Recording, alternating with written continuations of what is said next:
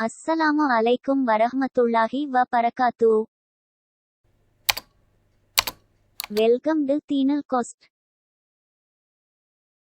ஜக்காத் பெற தகுதியானவர்கள். முதலாவது, யாசிப்போர், உயிர் வாழ்வதற்கு போதுமான தேவைகளில் பாதைக்கு குறைவாக பெறுபவர். இரண்டாவது, ஏழைகள், உயிர் வாழ்வதற்கு போதுமான தேவைகளில் பாதிக்கு மேல் பெறுபவர், எனினும் அவர் போதுமான முழுமையான அளவு கிடைக்கப் பெறாதவர்கள். மூன்றாவது, ஜக்காத் வசூலிக்கும் பணியில் ஈடுபடும் உழைப்பாளர்கள்.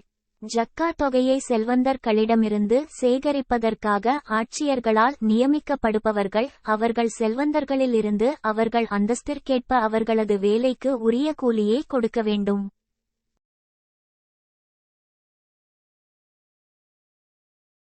நான்காவது, புதியதாக இஸ்லாத்தில் இணைந்தவர்கள். அவ்வாறு இஸ்லாத்தில் புதியதாக வந்தவர்களும் அவர்களது உள்ளங்கள் இஸ்லாத்தின்பால் நேசமாக்கப்படுவதற்காகவும் அவர்களின் உள்ளங்களில் ஈமான் உறுதியாவதற்காகவும் அவர்களுக்கு ஜகாத் கொடுக்க வேண்டும்.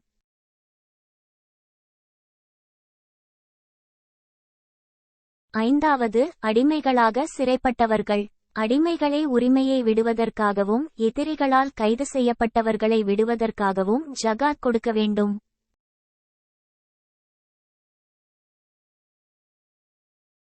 ஆறாவது, கடன்பட்டவர், அவர்களுடைய கடன் அடைப்பதற்காக ஜக்காத் நிதியிலிருந்து கொடுக்க வேண்டும்.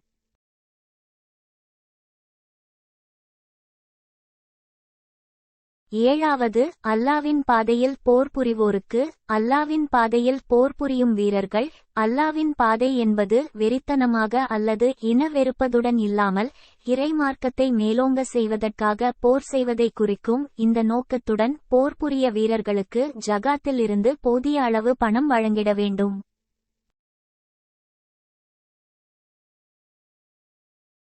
எட்டாவது, பயணிகள், வழிப்போக்கர்கள், நாடோடிகள், வீடு வாசல் எதுவும் இல்லாமல் ஊர் ஊராக சுற்றுவர்க்கு ஜக்காத் நிறைய வழங்க அவர்களை நிலையாக இருக்க செய்வதற்கு ஜக்காத் நிதியை செலவிடலாம்.